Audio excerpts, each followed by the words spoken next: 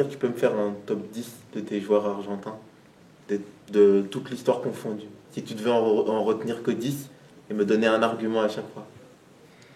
Et non, mais le problème, c'est que moi, je commencerais à dire un peu quelques vieux. Mais bon, c'est pas grave. Messi, Maradona, pour tout ce qu'on connaît, c'est bien sûr, etc. Après, en 1978, il y avait un avant-centre qui s'appelle Luque. Parce qu'il jouait dans une équipe des deuxièmes zones.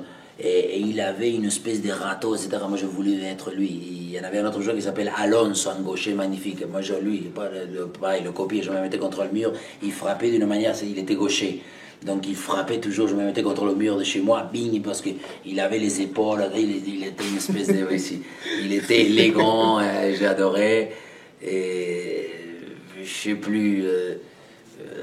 j'aimais plus les joueurs un peu des 78, 82, Redondo qui sait qu'il peut pas, comme pas aimer ce mec-là.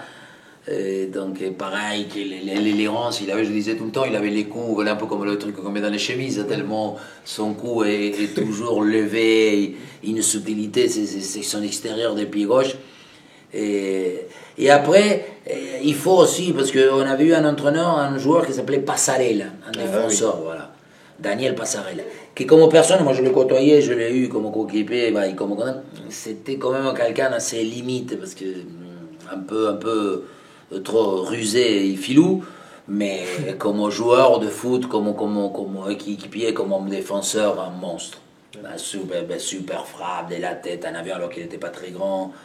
Je sais pas, j'ai toujours aimé Valdano parce que c'était ce joueur qu'on appelle tout le temps des compléments, qui n'avait pas non plus des gros ressources à exprimer, mais qui jouait toujours dans les équipes nationales, et il jouait toujours avec Maradona, avec Burruchaga.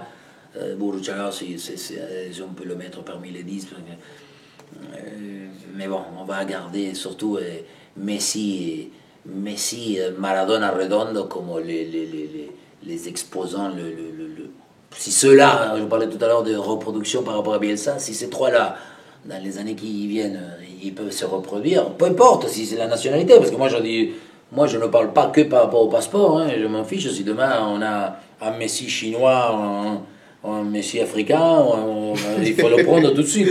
L'important c'est qu'il s'assoie sur le terrain et que puisse nous, spectateurs, le voir, hein, on s'en fiche. Après, ceux qui sont pour et ils ont la haine contre, moi je ne suis pas du tout là-dedans. Moi je dis que heureusement qu'on peut tout avoir et tout supporter. Ok, bon, merci beaucoup Omar. Merci à toi, bonne continuation. Merci. Eh les mecs, vous cognez sur des plus petits que vous? Hein? Ça a l'air vachement cool. Je peux jouer avec vous? Et s'il te plaît, tu peux me donner du feu? Ouais, tiens, voilà. Qui t'es, toi?